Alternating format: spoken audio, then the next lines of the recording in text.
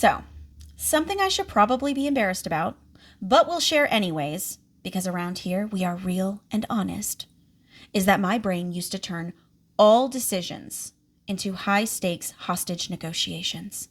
I truly believed I was unable to make choices on my own. I was living in constant fear. So today, we're talking about the paralyzing weight of the wrong choice. Spoiler, there's really not often a wrong choice. And how I finally learned to stop analyzing my life and start living it. There are a few fascinating biological reasons why our brains treat a lunch order like a life or death crisis. One is called decision fatigue. Your prefrontal cortex, or that CEO of your brain, only has a certain amount of fuel each day. So from little decisions like latte or cappuccino to bigger decisions like how do I approach this big situation? By 10 a.m., when you've treated every choice like a crisis, you've blown your mental fuse, which I definitely did. Another reason this happens is that amygdala hijack. When we're afraid of being wrong, our lizard brain senses a threat to our safety. It freezes us in place because it thinks staying still is safer than moving in the wrong direction. At my peak, analysis paralysis, or rock bottom if I'm being completely honest, was that planning a basic day felt like a 3-act tragedy. I would get so overwhelmed by the sheer volume of possibilities that I would call my husband in a full-blown panic.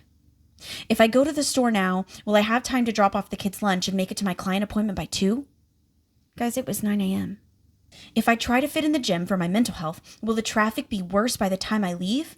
Maybe I won't go to the gym. What should I do? Sam, tell me what to do. Do you see why I said this could be embarrassing? Most of the things I had to do weren't even that big of a deal, but I was literally drowning in indecision. I essentially treated this sweet, patient man like a human GPS for my own indecision. And everything changed for me when I realized I didn't just want help. I wanted someone else to be responsible for the outcome, so I wouldn't have to face the terrifying possibility of making the wrong move. So how do we stop the spiral? We have to build that decision muscle through action, not overthinking. Try things like the 2-minute rule. If a decision won't matter in a year, you get exactly 2 minutes to make it. If you still can't decide, flip a coin. While that coin's in the air, you'll realize which side you're actually rooting for. Be honest with yourself about what the outcome will actually affect. So pick the first option that meets your basic needs. Good enough can quite literally be good enough until the next decision needs to be made. It also really helped me to start my day with a brain dump. Putting it all on paper helped my brain not see it as a lot of things to fear, but rather just things. Like a puzzle, I just put my day together. It was hard at first, but learning to trust myself and lean on my own thoughts has brought me to such a confident place. And although my husband would never say it, I'm sure he's happy to not be my executive decision maker all day any longer.